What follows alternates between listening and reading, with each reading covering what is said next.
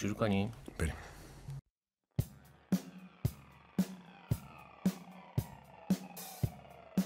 نمیاد به شما میگه آقا جا موندی یا آقا دیگه نمیشه، اگه اینجوری نیستی پس موفق نمیشه. نه، روزی که من مرخص شدم از بیمارستان اومدم بیرون من 71 کیلو بودم.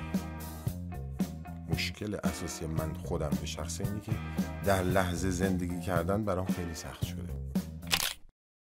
سلام مرام عزیز، خیلی خوش اومدی به این گفتگو. مرسی که وقت گذاشتی. میدونم که کتابی داری برای انتشارات نوین کتاب گویا میخونی، صوتی میکنی به اسم 30 روز عادتهای خود را تغییر دهید تا زندگیتان تغییر کند از مارک ریکلاو. میخواستم که درباره بخشایی از این کتاب که خودت انتخاب کردی و تجربه زندگی شخصی خودت هم باهاش مطابقت داشته یه کمی گپ بزنیم و بیشتر راجبش بدونیم. واقعیتشو بذاریم پس من از یه ذره عقب‌تر از صفرش بگم.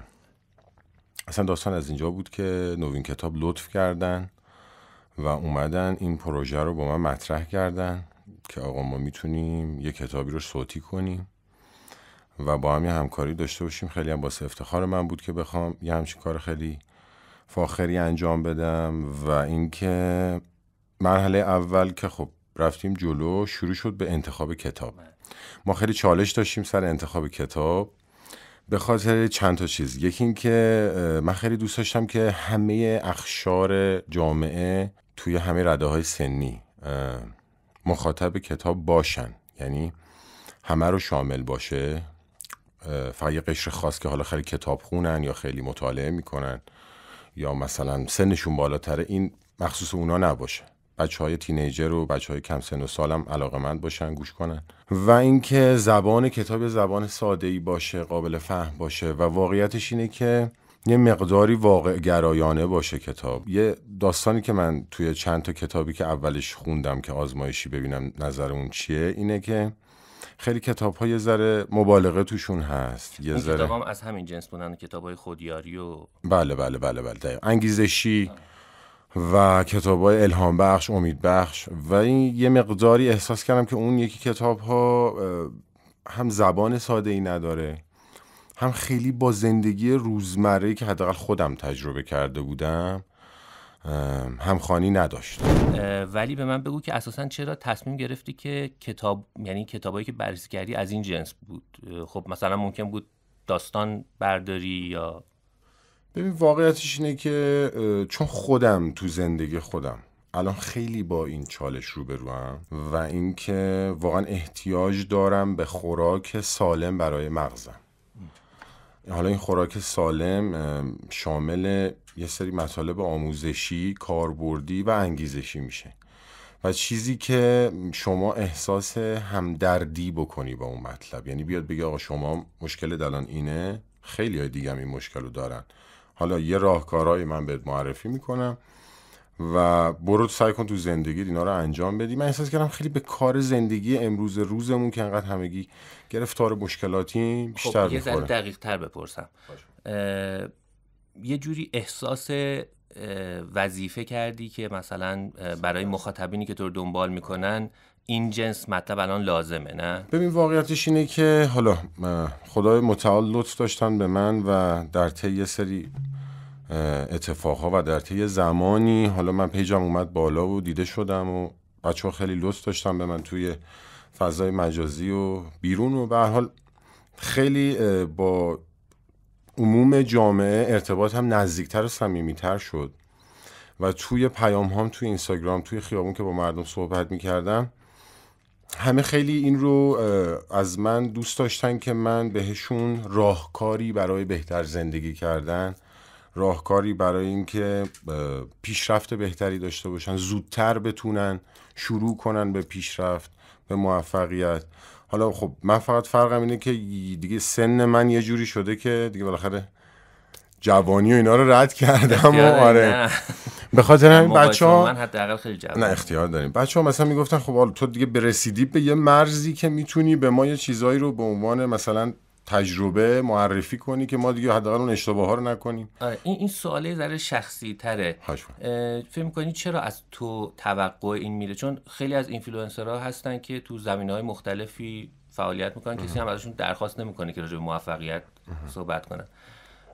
تو هم تو پیج لزوما راجع به این چیزا صحبتی نکردی. فکر می‌کنی چرا از تو این توقع میره که راهنمایی بدی برای این موضوع خاص، موفقیت یا گذروندن سالم زندگی؟ ببین واقعیتش اینه که من هم که بسیار انسانی هم سر از عیب و نقص، ولی باز تا یه حد زیادی مخاطبا این احساس رو داشتن که من یه آدمی هم که مثلا از بعد درسم رو ادامه دادم، تا یه مقطع خوبی رفتم، از بعد ورزشم رو ادامه دادم، از بعد کار، از بعد تجربه، و اینکه سعی کردم یک زندگی سالمی داشته باشم و حدس و خطاها رو گذروندم و اینو بچه‌ها تو صحبت‌های من، توی استوری‌های من، توی اتفاقایی که از من دیدن توی فضای مجازی حس کردن. به خاطر همین من احساس میکنم که حالا مثل خواهر، مثل برادر میان از من سوال میکنن که آقا داستان چیه واقعا، یعنی اصل قضیه اصلا چیه، ما داریم کجا میریم. حالا نکته‌ای که درباره این دست کتابا هست اینه که مثل قانون که تاریخ که میگن تاریخ و فاتحان مینویسن، این کتاب ها رو هم معمولا کسایی مینویسن که یا یه درجاتی از موفقیت رو پشت سر گذاشتن، یا اینکه حالا در مرتبه نازلش اینه که موفقیت رو میفروشن، یعنی یه راه کسب درآمدی براشون. یعنی ما توی ایران داریم از این دست که طرف فقط موفقیت تدریس میکنه، هیچ دستاوردی در زندگی نداشته. این ایراد رو توی این کتاب چطور میبینی؟ هست، وجود داره، یا تو باهاش کنار اومدی، یا فکر میکنی که زیاد ایراد واردی نیست؟ ببین واقعیتش اینه که توی اکثر کتاب‌ها این اتفاقی که شما گفتی افتاده. یعنی میانو به عنوان اصلا کتاب میاد از زبان یک روانشناس، از زبان یک انسان موفق شروع میکنه تعریف کردن و عنوان بندی و اینا. و این چیزی که شما میگی واقعا درسته، ولی حالا باز تا حد زیادی من احساس کردم این کتاب خیلی خیلی خیلی واقع گرایانه تره. و دو اینکه ما کاری که سعی کردیم انجام بدیم اینه که نیم خط به خط بخوایم کتاب رو صوتی کنیم، بازگو کنیم، روخانی کنیم. ما اومدیم کتاب رو روایت کردیم، یعنی جاهایی که من واقعا لمس کردم که با زندگی شخصیم، با گرفتاریام، با مشکلاتم دست و پنجه نرم کردم و اگر این راهکارهای کتاب توی بخشایی رو رعایت میکردم خیلی برای مفیدتر بود، ما اونا رو روایت کردیم. چیزی هست که توی این مدتی که میخوندی خودت اضافه کرده باشی به تجربه هات؟ یعنی ازش 100%. آره خیلی مطالبی بود که روی من هم تأثیر گذاشت. و واقعیتش اینه که ببین خب منم خیلی انسان عادی ام، منم مثل همه یه زندگی پر از رنگامیزی های مختلف و اتفاقای مختلف و خب مثلا میرسیدم به یه جایی که من دارم نقل قول میکنم یک بار کاملا مثبتی رو، یک بخش خیلی انگیزشی رو، ولی خودم توی زندگی خودم اون خلأ رو دارم. و این میشد برای من یه چالش که آقا من دارم روایتی رو انجام میدم که به آدم ها انگیزه میدم که خودم باهاش توی زندگی شخصی خودم درگیرم. آره. و این فکر میکنی کمکی خواهد کرد که تو از اون مرحله عبور کنی؟ آره 100%. یعنی واقعا تا یه حدی توی یه سری از بخش ها خیلی به من کمک کرد. یه بخشای خیلی ساده‌ای تونست خیلی تاثیرات زیادی رو من بذاره و به خاطر همین بیشتر که رفتم جلو اصلا به کتاب خیلی بیشتر علاقه‌مند شدم. الان جدیدن میگن که دو تایپ پرسونالیتی داریم، یکی نایت اوله، یکی مثلا مورنینگ برده، صبح زود پا میشه. یعنی کم کم بعضی از این فرضیه ها میره زیر سوال که لزوما آدم موفق صبح بیدار نمیشه. با همچین چالشی روبرو نبودی؟ چرا؟ اتفاقا یه داستانی که میخواستم براتون تعریف کنم که من چند وقت پیش با یک خانم دکتر روانشناسی داشتم صحبت میکردم. حرف خیلی جالبی زد. گفت الان تو جامعه یه سری از انسان‌ها هستن که رفتن درس خوندن و از درسشون به موفقیت رسیدن. اونها شما رو تشویق میکنن به درس خوندن. یه سری رفتن درس خوندن و هیچ موفقیتی از بابت درس براشون نبوده، احساس میکنن که وقتی زیادی هدر داده، اونها شما رو تشویق میکنن به درس نخوندن.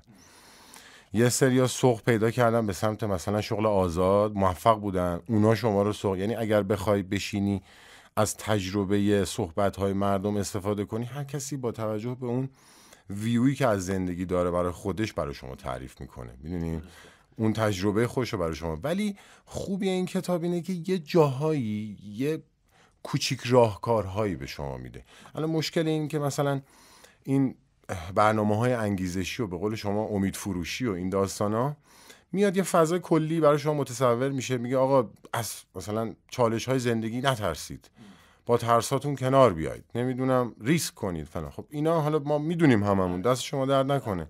راهکار چیه؟ من چجوری میتونم عملاً اینو تو زندگی به کار ببرم؟ ولی این کتاب میاد میگه حالا میخوای اینجوری بشی، خب پس بیا این کارا رو شروع کن، این 5 تا مطلبی که بهت میگم و امتحان کن، 2 پله بیا بالا. میدونی اینش قشنگه، یعنی فرمول به شما میده، میگه حالا بیا مسئله رو حل کن. ببین من یکی از مسائلی که توی مطالعه این کتاب بهش برخوردم مثلا اینه که میگه گذشته شما اهمیتی نداره و مسئولیت زندگیتون رو خودتون به عهده بگیرید، ولی واقعیتش اینه که اهمیت داره. چجوری میشه با این تناقض کنار اومد؟ ببین واقعیتش اینه که گذشته که بسیار اهمیت داره، یعنی اصلا نمیشه کتمانش کرد و جبر جغرافیا، جبر فیزیکی، همین داستان‌ها کاملا تاثیر داره و ما نمیتونیم انکارش کنیم. ولی یه جایی شما تو زندگیت به این نتیجه میرسی که خب حالا من گذاشتم هر چی که بوده، خانوادم هر جوری که بودن، روش فکریمون هر جوری که بوده، الان دیگه توی بن‌بستیم و برای فرار از این بن‌بست نمیتونم برگردم برم هی سراغ گذشتم و بگم وای چون من حالا مثلا اینجا زندگی میکردم، وضعیت مالی اوکی نبوده، خانواده‌ام سختگیر بودن یا هر چی دیگه، اون برای شما کاربردی نیست. یعنی به قول معروف گفتنی کاسه چه کنم و آی تقصیر بابام بود، آی تقصیر خانواده‌ام بود، آی رئیسم بد اخلاق بود و اینا دیگه کار نمیکنه. من الان تو این بن‌بستم، چجوری از این بن‌بسته دندقه بگیرم بیافتم تو خیابون اصلی؟ تو توی همچین بن‌بستی تا حالا گیر افتادی که ببین واقعیتش رو بهتون بگم، حالا عجیب من هیچ وقت من فکر میکردم که اون باگ زندگی آقایون توی سن 30 سالگی اتفاق میفته. یعنی فکر میکنم اگه 30 رو رد کنم شروع میکنم میرم توی فضای جدیدی و یه دستاندازهای جدیدی، ولی برای من توی ادامه داره برای من توی 34 سالگی اتفاق افتاد و الان به شدت باهاش درگیرم. و الان من یک ماه و چند روز دیگه میشه 35 سالم. هفته شهریور میشم 35 سال. خیلی مخلصیم. بله قدمتون رو چشم. خب یعنی تقریبا 1 ساله که با این قضیه 1 سال به شدت آره خیلی زیاد رفتم توی فضای معلقی. اگه بخوای تیتر کنی چند تا از این قضایایی که باهاشون درگیری و انقدر بهت فشار میارن اونا چی هن؟ ببین بذار بیس رو اینجوری بهتون بگم. اگر از من سوال کنی که به خواسته های زندگی در سن 34 سالگی چقدر دست پیدا کردی، من میتونم بگم 35%. یعنی انقدر فضای خالی اونور قضیه هست. اساساً شدنیه. من تصورم اینه که اون فضای خالی عموماً پرشدنی نیست. ببین یکی از مشکلات منم الان اینه که برای آیندم اون خواسته هام و اون به قول شما آمال و آرزوها انقدر فاصله دیگه کیلومتری شده که دیگه داره تبدیل میشه فقط به یک آمال. یعنی به این نتیجه میرسی دیگه من نمیتونم جامعه عمل بپوشونم به این داستان.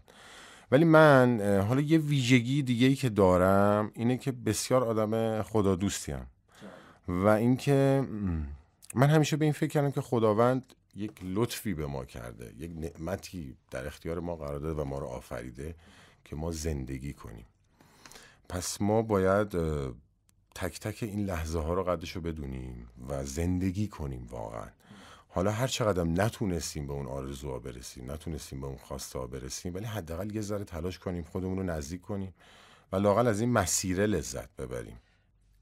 احسنت به این چیزی که اشاره کردی، به خاطر اینکه من احساس میکنم بعضی از این کتاب‌های خودیاری یا انگیزشی و اینها یه کمی ما رو به ترس و لرز میندازن از بابت اینکه بودو کار نکردی، مثلا از نظم دور شدی، یه چیزایی از دست رفته، در صورتی که شاید اصلا این نوع زندگی ما باش سیر تکامل آدمیزاد شاید این نبوده. مثلا فرض کن که میگه به افکار منفی خیلی توجه نکنید، در صورتی که ذهن انسان اصلا برای بقا اینجوری تکامل پیدا کرده که به چیزای منفی دقت کنه که زنده بمونه.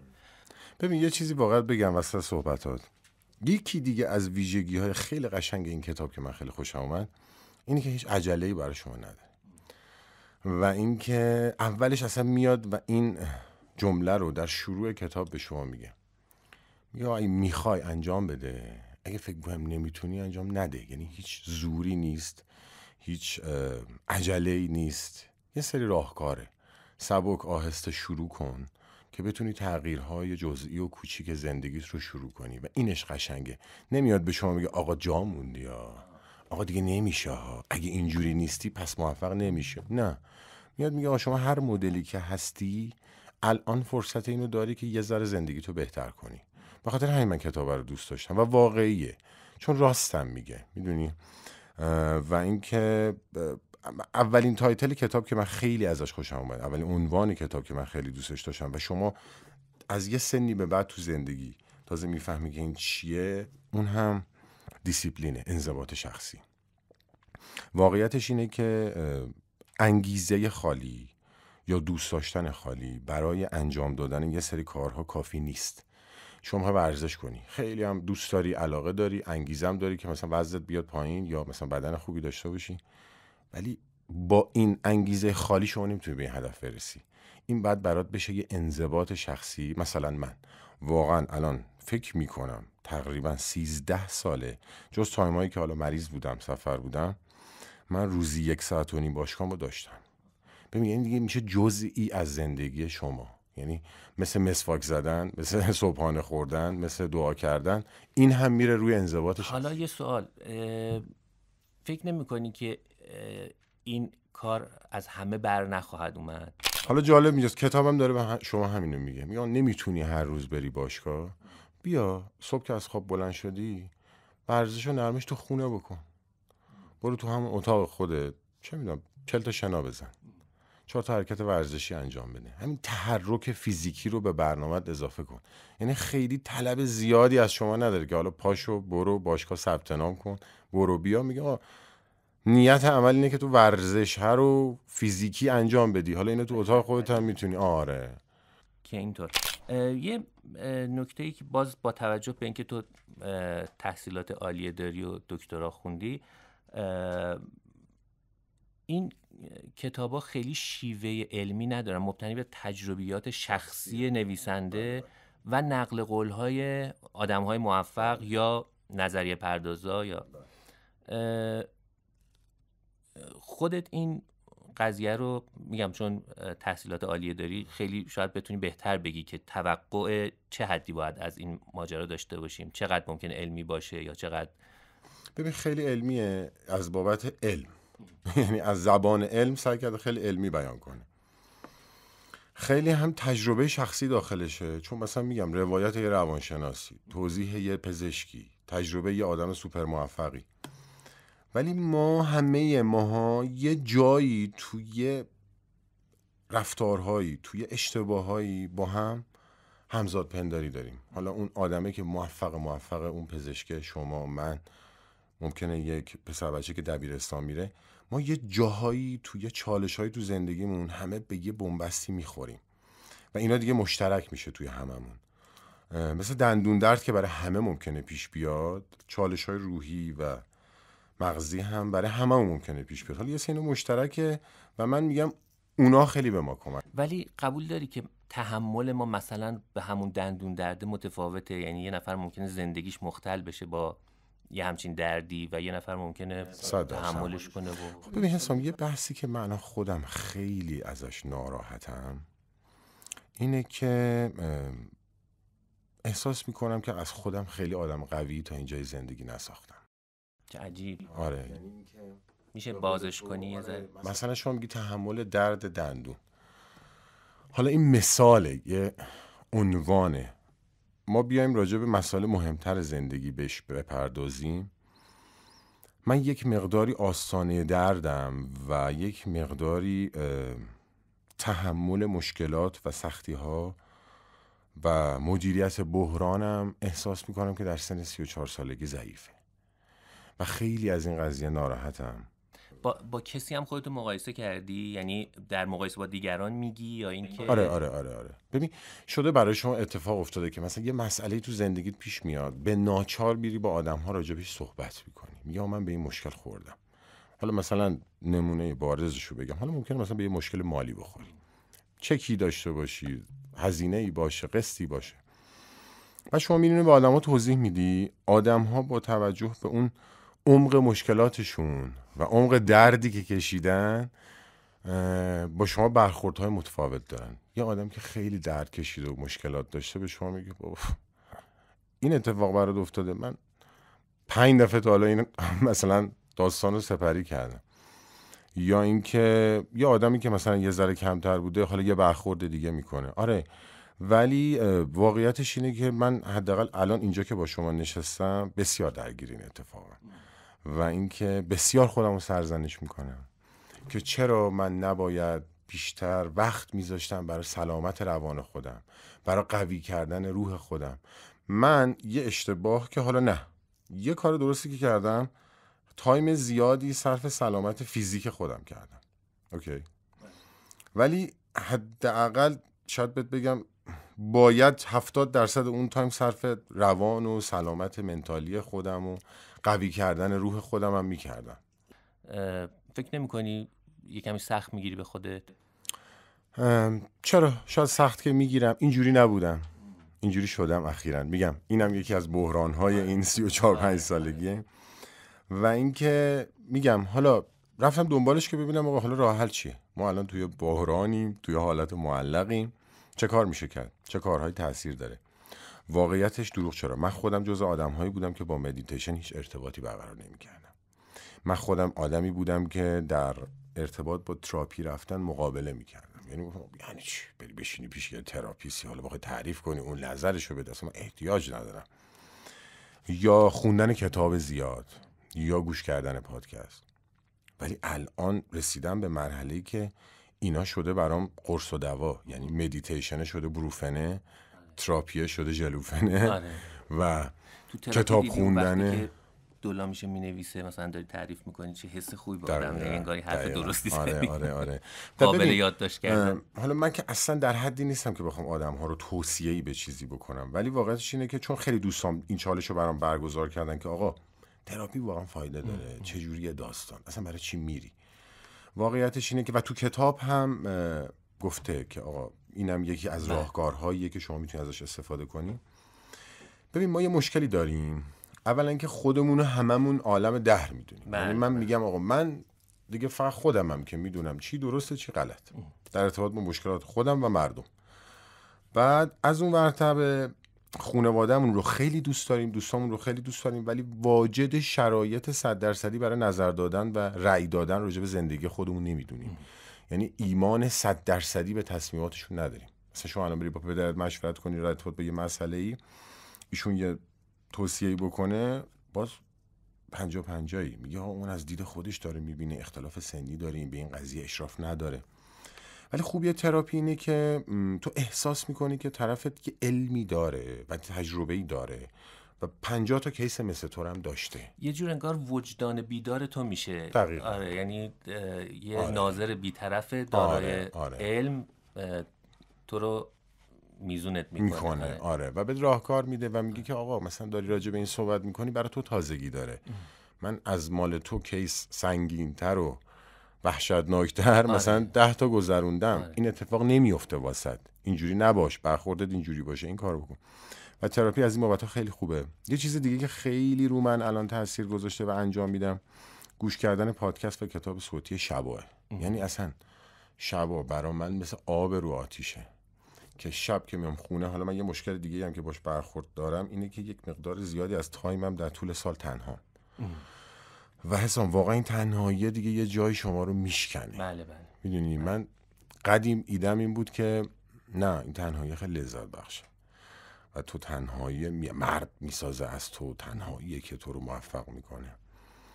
ولی الان که دارم با شما صحبت میکنم یکی از دلایلی که یک ذره از وجودم شکسته همین تنهایی است.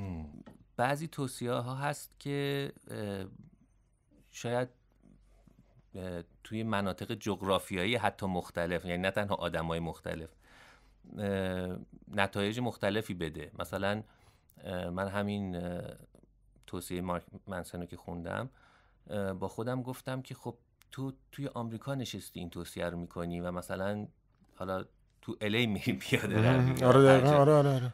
ولی اگه مثلا فلان قسمت تهرانم که میترسی گوشی تو در بیاری تلفنی صحبت بکنی و هر لحظه ممکنه در روز هم تو خفتگیری اتفاق بیفته و اینا، بعضی از این توصیه ها انگار یه ذره ما پیش از این حرفا قرار داریم، یعنی یه ذره انگار باید به خودمون بیشتر حق بدیم بابت یه سری نواقصی که تو وجود خودمون پیدا میکنیم، چون شرایط اجتماعی شاید اونقدر مساعد نیست. الان خیلی از اطرافیان ما دوزهایی از دارو استفاده میکنن برای اینکه تو شرایط نرمال قرار بگیرن، اینقدر استرس و فشار و اینا زیاده. ببین داستانی که شما میگه خیلی درسته. من خودم بسیار با این قضیه مشکل دارم. یعنی میبینم مثلا حالا همین تو اینستاگرام، تو یوتیوب یه آدمی میاد از اینا که صحبت انگیزشی میکنه، آقا اصلا تو آفریقا زندگی کنی، اونور زندگی کنی، اینور زندگی کنی فرقی نمیکنه. و خود طرف تو ناف گرونترین شهر دنیا نشسته، کافیشو گرفته دستش، آفتاب داره براش میتابه. خب داداش کجایی؟ ما کجاییم؟ تو کجایی؟ پس من اینا رو واقعا قبول ندارم. حالا شاید ایراد از منه، ولی کتاب خوشبختانه اونجوری نیست. یعنی کتاب یه جوری شما رو جاج میکنه که میدونه که شما پیشفرض اولیت اینه که گرفتاری. میدونی؟ تو رو تصور نمیکنه توی آدمی که توی محیط خوب و همه چی اوکی و اتمسفر همه چی بی‌نظیره. نه، میگه آقا من میدونم تو گرفتاری، پس حالا بیا ببینیم چیکار کنیم. اون چیزایی که ازش گذشتی هم بهمون بگو. یعنی گفتی که این با من نه، مثلا من این تجربه رو ندارم یا فکر میکنم الان این به درد نمیخوره برای مخاطب من. واقعیتش رو بهت بگم، چیزایی که خیلی مثبت گرایی توش بود و من گذاشتم کنار. چیزایی که مبالغه زیادی توش بود و امید واهی احساس کردم توش رو گذاشتم کنار. چیزای ریل و واقعی و قابل لمس. مثلا حالا نمیدونم از رو عنوان‌ها اگه بخوایم مثلا یه چند تاشو بریم با هم جلو، یکی از چیزایی که من خودم الان باهاش درگیرم اینه که افکار منفی. این کتاب میاد یه توصیفی به شما میکنه، میگه افکار منفی رو نزا بیاد سراغت، جاشو با گل و بلبل پر کنه. اینا خیلی هم نشدنی. خیلی نشدن. یعنی من خودم یه آدمیم که واقعا انگار که یک مموری به هم وصل کردن و یه چیزی با هوش مصنوعی اون تو هی داره موج منفی میفته. آره یه مثالی وجود داره، میگن لطفاً الان 5 ثانیه به کانگورو فکر کن و حالا دیگه به کانگورو فکر نکن. تو دیگه نمیتونی به کانگورو فکر نکنی. آره دقیقاً. ولی حالا مثلا میگه فکر نکن و سراغش نرو، به گل و بلبل فکر کن، نشدنی یه ذره. ولی جاش میاد میگه خب حالا فکر درگیره، میخوای فکر رو بیاری بیرون از اون منفیا، چیکار کنی؟ برو یه پادکست خوب گوش کن، برو کتاب خوب بخون، برو یه فیلم خوب ببین، زنگ بزن به یکی از دوستات که باهاش ارتباط نزدیکی داری و آدم اوکیه، باش صحبت کن. واقعیتش اینه که حسام، من احساس میکنم باگی که ما انسان ها توش گیر کردیم، یه باگ خیلی بزرگی که ما اسیرش شدیم. ببین ما به دنیا میایم، ادامه پیدا میکنه بچه تریم، نوجوانی، میگیم بزرگ شیم بزرگ که میشیم میگیم ای بابا چقدر بچگی ها حال میدن. توان خودمونو، فیزیک خودمونو، روان خودمونو، سلامتشو به خطر میندازیم برای اینکه پولدار شیم. بعد مجبوریم بریم با اون پوله برگردیم خرج دوا درمون سلامت جسم و روح خودمون بکنیم. میدونی ما اصلا رفتیم توی ماتریکسی که هیچ جوره نمیتونیم در لحظه زندگی کنیم. مشکل اساسی من خودم به شخصه اینه که در لحظه زندگی کردن برام خیلی سخت شده. یا عقبی یا جلویی.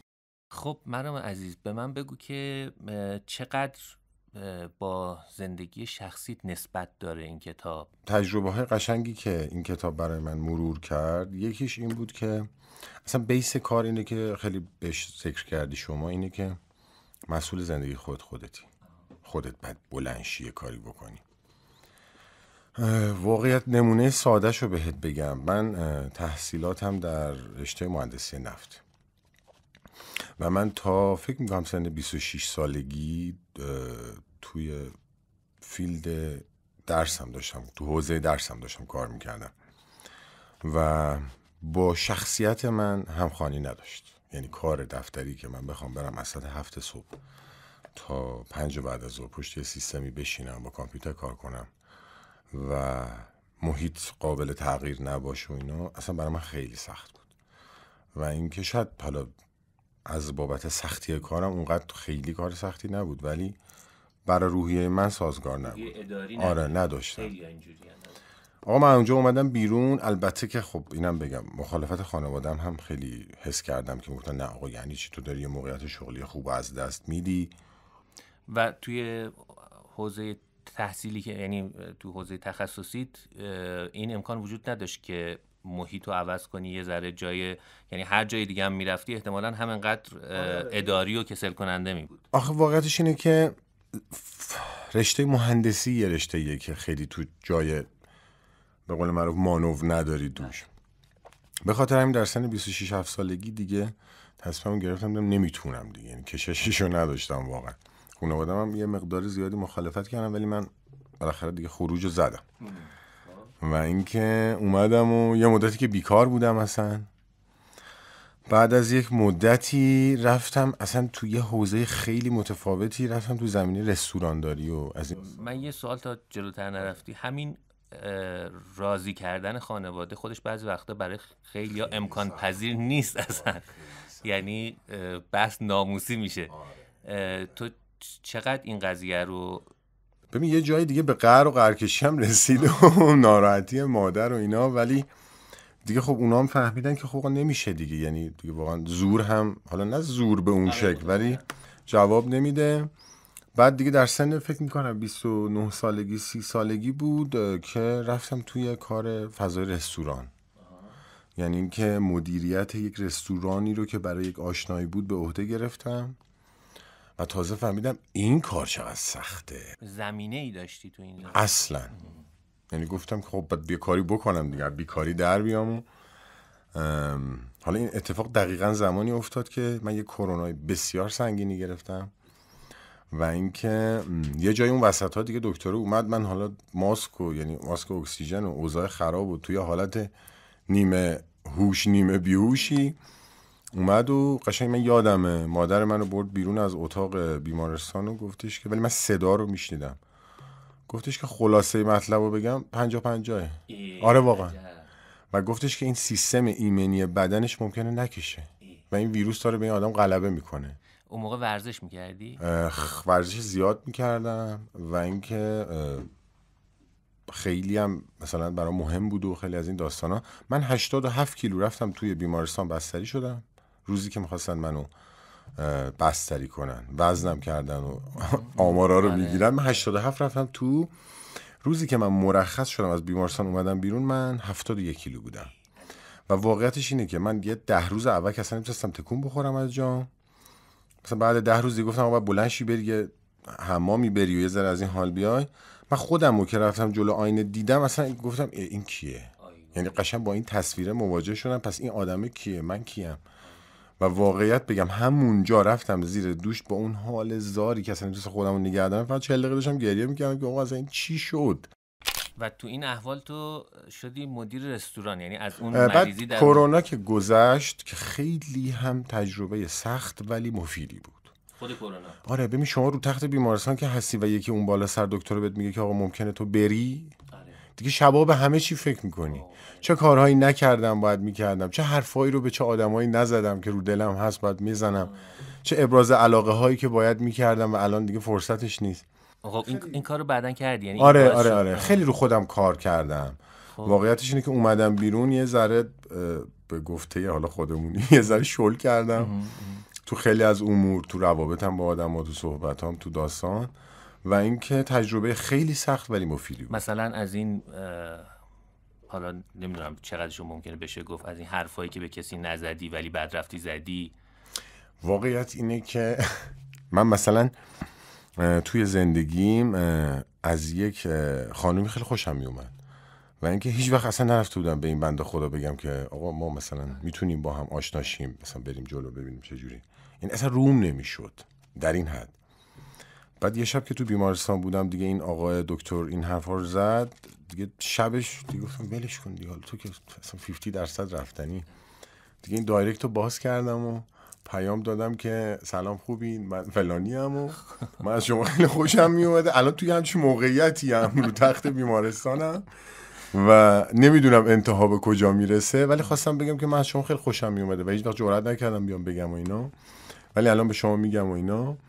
و اینکه اینو گفتم اتفاقا خیلی هم پاسخ باحالی گرفتم، یعنی خیلی، یعنی اینجوری نبود که اصلا منفی باشه و یا عجیب غریب، خیلی یه وایس خیلی خوبه، دلپذیر، آرامش بخشه. ولی تهش آیا میخوام یه میومور بزنم به اون نگفتن و نشنیدنه، تهش معنی نمیداد ته اون وایسی که ایشون فرستاد؟ خیر، تهش معنی میداد که آقا پس کجا بودی تا الان؟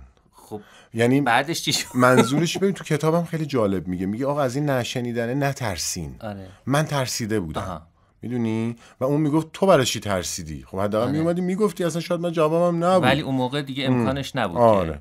ولی یعنی میگم تا این حد دیگه این قدرت رو آدم تو یه جای خیلی سختی از زندگی پیدا میکنه که میریم. دیگه کرونا رو ما پشت سر گذاشتیم و دوباره شروع کردیم آروم آروم پله پله این بدنه رو درست کردن و دوباره این وزنه رو بالا آوردن و این چالشه. و واقعا بگم مادر من، این مادر برای همه خیلی شخص عزیزیه و اینکه مادر من واقعا مثل یک فرشته در تمام این چالش‌های زندگی از من مراقبت کرد و اینکه با 2 ماسک و یه شیلد توی بیمارستانی که کرونایی ها بستری بودن و اینکه اون خودش هم خیلی در خطر این داستان بود، ولی واقعا مثل فرشته.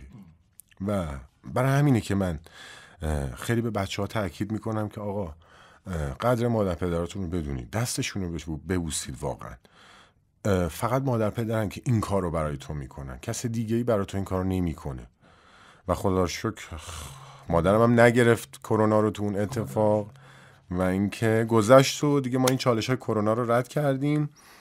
دیگه گفتیم ما خیلی بیکاریم، یعنی دیگه هم مامانم گفت آقا خب دیگه حالا خوبم شدی دیگه، حالا پاشو دیگه دیگه بعدش. خب این نشون میده که اون مخالفتم که تو تغییر زمینه فعالیتت از طرف خانواده بوده کمتر شد. آره عمیقی پشتش بوده. آره. دیگه رفتم تو فیل رستوران، ولی 0 کیلومتر، 0 مطلق. دیگه رفتم و یه سال اول کار رو یاد گرفتم و ولی واقعیتش این بود که دریافتی خیلی کمی داشتم به نسبت کاری که انجام میدادم. یعنی کار 10-11 ساعته سنگین، مسئولیت‌های خیلی زیاد با یه دریافتی کم. و این تازه بدتر از اون کار دفتریه دیگه گیر کرده بودم توش، یعنی مسئولیتام رو عهدم بود و بیرون اومدن از این کار رستوران هم خیلی برام سخت بود. و اینکه ولی یه جایی یه روزی یه آدمی اومد گفتش که آقا تو به نظرم از توانایی‌هات اصلا استفاده نمی‌کنی، از غریزت اصلا استفاده نمی‌کنی. خب یه همچین آدمی آدم مهمیه تو زندگی بله اگر پیداش بشه. بله. نمیخوای بگی از کجا پیداش شد؟ یا ببین ما خیلی اتفاقی با این آدم برخورد داشتیم و این آدم به من گفتش که آقا من یه چیزایی تو میبینم که هر کسی نداره. حالا البته من که واقعا هیچی نیستم، ولی حالا از بابتش چه میدونم، مثلا میگم آقا از بابت ظاهر، از بابت صحبت کردن، از بابت خیلی چیزای دیگه تو اصلا از یه ویژگیات استفاده نمی‌کنی و میتونی از اینها استفاده کنی، کسب درآمد کنی توی شغلایی و توی حوزه هایی که به کارت بیاد و لذت ببری ازش. اینو به من گفت، خیلی هم رو من تاثیر داشت حرف این آدم. از افراد نزدیک بود یا خیر اصلا کاملا جالبه، چون اصلا از افراد نزدیک نبود، خیلی بی‌پروا قضاوت کرد. گفت من دارم بیرون میبینم تو الان اینجا داری آب میشی تو این فضای کاری. بعد هدایتی هم کرد که به کدوم سمت برو؟ بله من هدایت شدم، یه ذره رفتم سمت کار تصویر و عکاسی و از این داستانا، حالا مدلینگ و این داستان‌ها. شروعش هم خیلی سخت بود، خیلی بی‌درآمد بود، خیلی ناامید کننده بود، ولی در ادامه خوب شد، خدا رو شکر. خوب شد هی بهتر شد و یه جایی رسید که خب من دیدم من دارم یه کاری میکنم که ازش درآمد دارم و لذت میبرم. این حالم خوبه. یعنی اگه 6 صبح زنگ میزنن میگن آقا بیا فلان جا فلان کارو بکن، حالم خوبه. من مثلا همین الان که نشستیم داریم با هم صحبت میکنیم، دیشب و پریشب و اینا خب بالاخره درگیر بودم، دیر خوابیدم، بعد خوابیدم، ولی صبح که میخواستم بیام این کارا رو با هم انجام بدیم حالم خوب بود. میدونی، یعنی با عشق داشتم این کارو میکردم که بیام بشینم اینجا این کارو انجام. و تو کتابم دقیقاً همینو میگه آقا اگه حوزه کاری تو دوست نداری، اگه آدمای دور تو دوست نداری، بیا بیرون، اینقدر نمون توش. و اینکه این هم یک تجربه خیلی قشنگی بود برا من که خدا رو شکر خداوند متعال هم بالاخره هوای ما رو داشت و اینکه توی نقطه قرار گرفتم که نمیتونم بگم الان حالا درآمد خیلی خاصی دارم، نه، منم یه آدمی هم مثل بقیه آدمای جامعه، ولی حداقل اینه که لذت میبرم و کار میکنم. خیلی عالی. حالا تو چون حیطه کاریت خیلی با آدما در ارتباطی، با حالا گروه عکاسی، نمیدونم تو لوکیشن های مختلف میری، طبعا ارتباط میگیری، توی سوشال میدیا خیلی در ارتباط هستی، چرا پس میگی که خیلی عمیقا احساس تنهایی میکنی؟ ببین یک مقداری به خاطر اینه که سختگیری کردم تو زندگی، به قول شما آدم ها رو حذف کردیم و اینکه شاید خیلی خیلی زودتر از این حرفا تو یک اتفاقهایی که تو زندگیم پیش اومد میتونستم همراه و پارتنر آینده خودم رو همونجا انتخاب کنم و اون آدمی که برای من میموند، حالا برای ازدواج، برای ادامه دادن زندگی، من سر کارهای واقعا مثلا خیلی ساده و بچگانه اون آدم رو از دست دادم و اینکه شاید اگه اونجا اون کار رو انجام نمیدادم و با اون آدم ادامه میدادم الان بسیار زندگی موفقی داشتم، 2 بچه‌م انداخته بودم بغل دستم.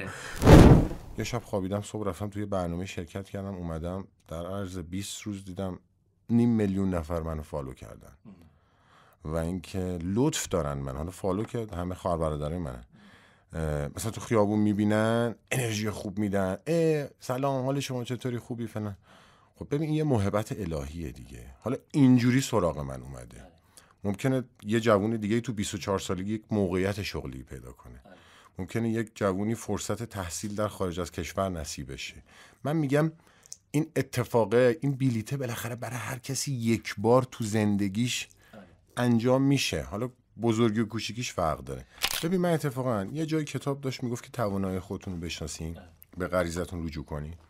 من اتفاقا تو خود کتابم اینجوری روایت کردم، میگم آقا تو درس رو بخون، ولی سعی کن درسی بخونی که به اون عشق و علاقت ربط پیدا کنه و در کنارش اگر استعدادی داری، توانایی داری، اونو دست کم نگیر. من گرفتم، میدونی من تو خیلی از زمینه ها گفتم نه دیگه، من چون فقط دارم درس میخونم، فقط خیلی درگیر درسم، پس موسیقی رو ولش کن، نمیدونم چه میدونم مثلا بازیگری رو ولش کن، خیلی چیزها رو اصلا رها کردم. یه جمله معروفی هست که میگه که همه کارا رنج و مرارت دارن و تو باید کاری رو انتخاب کنی که بیارزه براش رنج بکشی برای تو.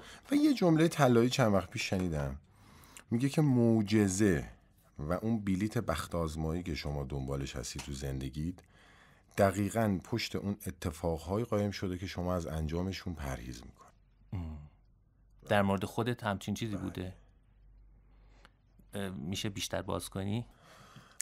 ببین مثلا همین عنوان کار، میدونی من هیچ وقت فکر نمی کردم که بتونم توی این زمینه، اصلا فکر نمی کردم مردم مثلا از صدای من خوش میاد، از نحوه صحبت کردن من، از چه میدونم ظاهر من اگر میموندم تو فیلد رستوران و دفتر و کتاب و داستان هیچ وقت دیده نمی شدم اصلا، میدونی.